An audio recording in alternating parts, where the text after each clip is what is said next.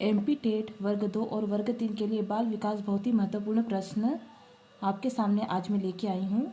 बाल विकास एक ऐसा सब्जेक्ट है जो आपके एग्ज़ाम में बहुत ही महत्वपूर्ण टॉपिक है। तो आज कुछ प्रश्नों के आंसर हम समझेंगे कि एग्ज़ाम में कैसे हम इन प्रश्नों के उत्तर लगाएं ताकि हम सही करेक्ट आंसर दे सकें। प्रश्न नंबर 1, आपकी कक्षा में एक बालक बड़ों से तू तड़ाक करके बोलता है। बालक के इस अशिष्ट व्यवहार को दूर करने के लिए आप क्या उपाय करेंगे? बालक को सबके सामने प्रताड़ित करेंगे, तो ये एक नेगेटिव आंसर है, तो इसी इसका आंसर बिल्कुल भी नहीं होगा। बालक के माता पिता से उसे प्रताड़ित करने को होगा, ये भी गलत आंसर है। बालक को समझाएंगे कि अपनों से बड़ों को आप कहा जाता है तथा साथ ही अब भी अपने से बड़ों से भूल कर भी तू तड़ाक नहीं करेंगे। अब बालक को आप कहकर संबोधित करने लगेंगे, तो यहाँ सही आंसर आएगा सी, बालक को समझाएंगे, क्योंकि अगर हम बच्चों को समझाते हैं तो बच्चे जल्दी समझ जाते हैं, तो यहाँ पर सी वाला आंसर बिल्कुल सही होगा। अब अगला प्रश्न, पूर्व प्राथमिक शिक्षा ग्रहण करने के लिए उपयुक्त आयु है 2 से 6 वर्ष, 6 से 12 वर्ष, 12 से 18 वर्ष या 18 से 25 वर्ष। तो पूर्व प्राथमिक शिक्षा वह होती है जो आप 6 साल के पहले ग्रहण करते हैं। अभी हर स्कूल में 6 साल की उम्र में बच्चों का एडमिशन होता है, तो 2 से 6 मतलब जब आंगनवाड़ी आप जाते हैं तो वहाँ 2 से 6 वर्ष के बच्चों को प्राथमिक शिक्षा दी जाती है, उसे पूर्व प्राथमिक शिक्षा कहते हैं। अब अगला है प्रश्न नंबर 3।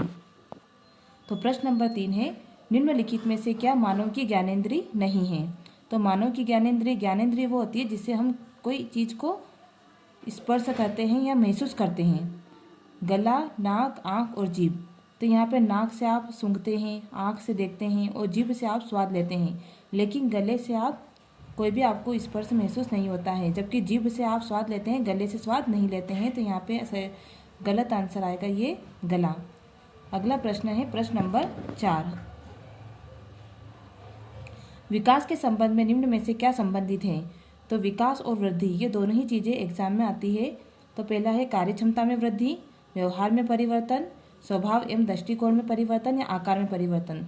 तो विकास का संबंध ये होता है कि उसका पूरा ओवरऑल डेवलपमेंट। तो कार्य क्षमता में वृद्धि होती है, जब बच्चा बड़ा होता है तो वो कार्य ज़्यादा करने लग जाता है।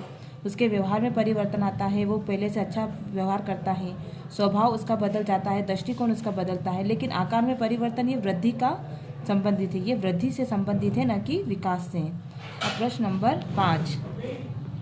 नंबर 5, आप अपनी कक्षा में कुछ छात्रों को चुनकर 6 महीने में उनमें होने वाले विकास की एक रिपोर्ट तैयार करना चाहते हैं। तो इसके लिए आप निम्न में से क्या चुनेंगे? प्रत्येक माह उनकी लंबाई मापेंगे, गलत जवाब। प्रत्येक माह उनका वजन तोलेंगे, ये भी गलत है। प्रत्येक माह उनके अवसर में होने वाले परिवर्तन की जाँच करेंगे। प्रत्येक माह उनकी रुचियों, आदतों, दृष्टिकोण, स्वभाव, व्यक्तित्व, व्यवहार आदि में होने वाले परिवर्तनों की जाँच करेंगे। तो ये ध्यान रखें, जब भी एग्ज़ाम में आप कोई भी आंसर लगाएं तो जो सबसे बड़ा आंसर रहता है वही सबसे ज़्यादा उसके सही होने के चांस रहते हैं, इसलिए डी इसका आंसर सही है। यहाँ ओवरऑल डेवलपमेंट की बात कही गई है।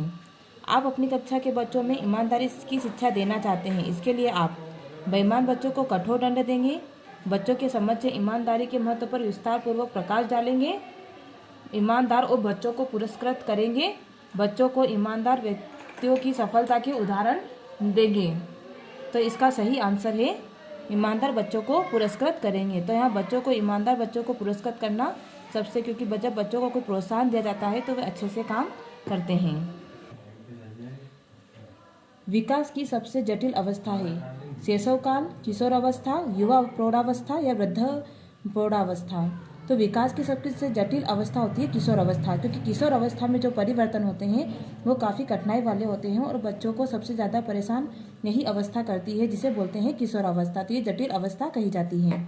अगला प्रश्न, मैं कौन हूँ, क्या हूँ, मैं भी कुछ हूँ आदि ऐसी प्रबल भावनाएं विकास की किस अवस्था की ओर इंगित करती हैं? तो ये कौन सी अवस्था होती है? किशोर अवस्था।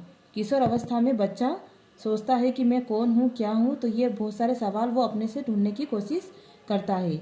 अगला प्रश्न है, जब किसी किशोर में किसी वस्तु, समस्या या परिस्थिति के लिए निजी स्तर पर निर्णय लेने की क्षमता का विकास परिपक्व होने लगता है, तो इस विकास को कहते हैं संज्ञानात्मक विकास। संज्ञानात्मक विकास कैसे कहते हैं? संज्ञान मतलब किसी चीज़ को समझना। तो संज्ञान का मतलब होता है समझना, और जब कोई चीज़ समझने के स्तर पर, निर्णय लेने के स्तर पर आती है तो उसे कहते हैं संज्ञानात्मक विकास। मानव विकास एक निरंतर चलने वाली प्रक्रिया है। यह विचार संबंधित है, तो यह संबंधित है निरंतरता का सिद्धांत। निरंतरता मतलब यहाँ पे देखिए, यहाँ शब्द आया है निरंतर, और यहाँ पे सिद्धांत है निरंतरता का सिद्धांत। मतलब अगर कोई चीज़ निरंतर चलती रहती है तो वह निरंतरता का सिद्धांत है, मतलब चलती रहती है। अगला प्रश्न है, मानव का विकास निम्न में से किस पर निर्भर होता है? उसकी वृद्धि पर, उसके वातावरण पर, उसकी बुद्धि पर, या उसकी वृद्धि तथा वातावरण से मिलने वाली परिपक्वता पर। तो यहाँ इसका आंसर आएगा वृद्धि और वातावरण। मतलब मानव का विकास वृद्धि और वातावरण से मिलने पर होता है, मतलब दोनों का संयोजन होना चाहिए। अगला प्रश्न है, उच्च प्राथमिक स्तर के बालक की विशेषता नहीं है। तो उच्च प्राथमिक स्तर का बालक होता है, प्राथमिक स्तर मतलब छोटा स्तर, और उच्च प्राथमिक स्तर मतलब प्राथमिक स्तर का बड़ा स्तर। कार्यों को शीघ्रता से करना, डेटिंग करना, विभिन्न प्रकार के व्यवहार का प्रदर्शन करना, सफलता को अनुभव करने की चाह रखना।